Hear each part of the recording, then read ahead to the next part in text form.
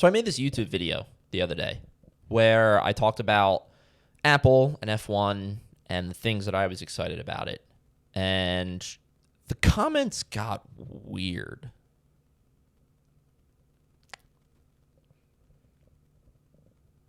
However, there were some of you who had legitimate questions in those comments, and I thank you for asking those. So the video that you're about to watch, it's a clip from my podcast, Underground Circuit, where we talk about your most asked questions from the Apple and F1 deal now that we have race weekends under our belt. If you like what you watch, if you like what you're hearing, make sure to go follow us over on all your major podcast platforms.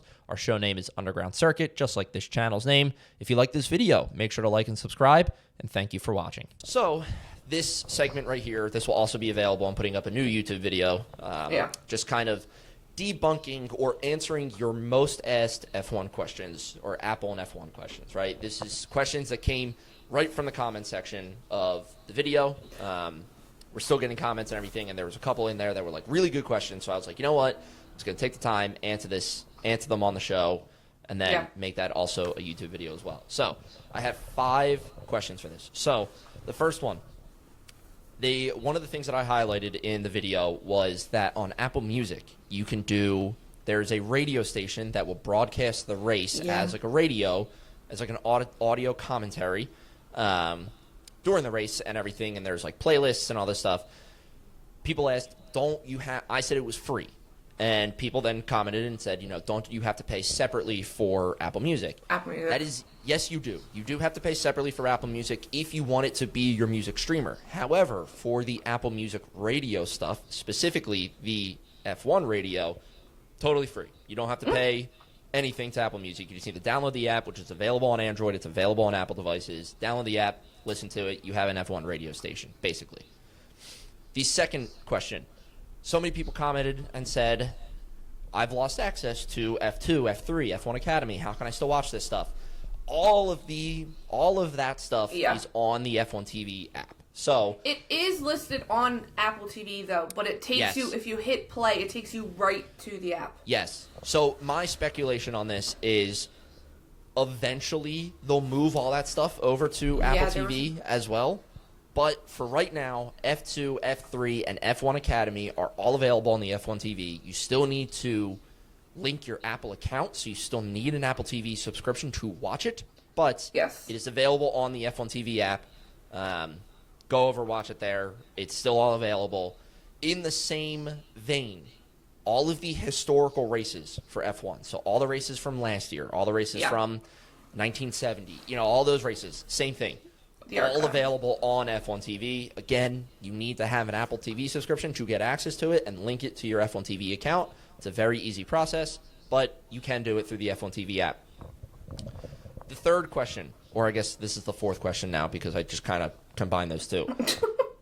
I can't watch the Sky Sports broadcast anymore. Yes, you can. On Apple TV, you can still watch it. There is a little bit of a caveat to this that I'll explain. But if you're watching on Apple TV, you can hit your remote, go down to the feeds button. If that's where you see the feeds button, you click that, you open it up.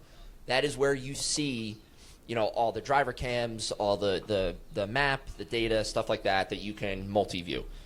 You scroll all the way over to the right. It's very hidden. It is a little annoying. But you scroll all the way over to the right. There is an international feed. That is the Sky Sports crew. There you'll get Crofty. You'll get, I'm blanking on everybody else's name. But you can still watch the Sky Sports TV crew. I know some people prefer that. I totally get it. But it's on there. It's on. Did you say, you might have said it, so we can cut this out if you did. When you go into, the specific event on Apple TV, you go down, it's, has every single race listed, the calendar. Yeah. You go into that, Sky Sports is, the second one. Because then it lists everything. So if you click in, if you scroll down, you'll see every race and, the dates of when it is. So, if you click into Japanese Grand Prix, because that's next, the first one that pops up is the Apple feed or F1 TV feed. Right. So Alex Jakes, Julian Palmer, that crew.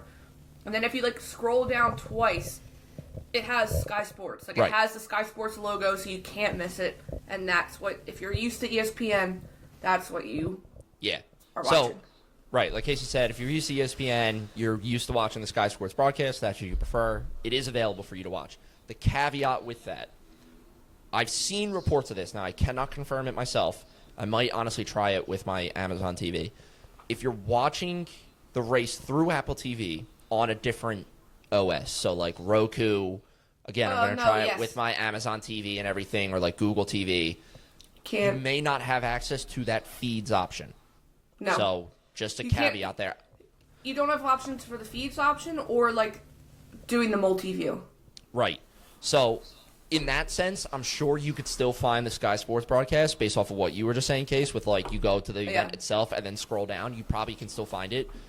But just as a caveat there, Apple has put a little bit of limits on it. You know, they want you to obviously watch on their native devices and everything. You cannot access the multi-view stuff like that if you're watching on like a Roku or, you know, Amazon TV, stuff like that. If you have an iPad, you can. If you have an iPad, you can. Right. And the iPad, honestly, or even your phone, if you have an iPhone, it's a great complementary device to have while you're watching it. You know, you have the map up on the iPad or something, or you have a driver's cam up. So, yeah, makes sense. Yeah, that's what I've been doing. The main feed's been up on my TV, and then on my iPad, it's the tracker, that sector, the data channel, and then, like, a driver cam. That's on my iPad.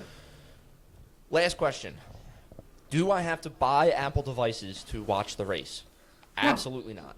You do not. The only thing you need from Apple, the only thing you need to buy from Apple is the Apple TV subscription. That is it. That's the only thing you need. You'll get access to the races. Apple TV as an app is available on Android devices. It's available on Amazon devices. You can download it on other OSs. So you do not need to spend $1,000 on a phone. You do not need to spend, $600 on an iPad. You don't need to do those things. So those are the most questions. Go ahead. Thankfully, like the Apple TV box is not that expensive. But you don't need. No. But yes, that is the questions that I was able to pull out of the YouTube comments. I appreciate everybody commenting on that video. It was a blast to make that video, and it was a lot of fun to post it and see what came out of it.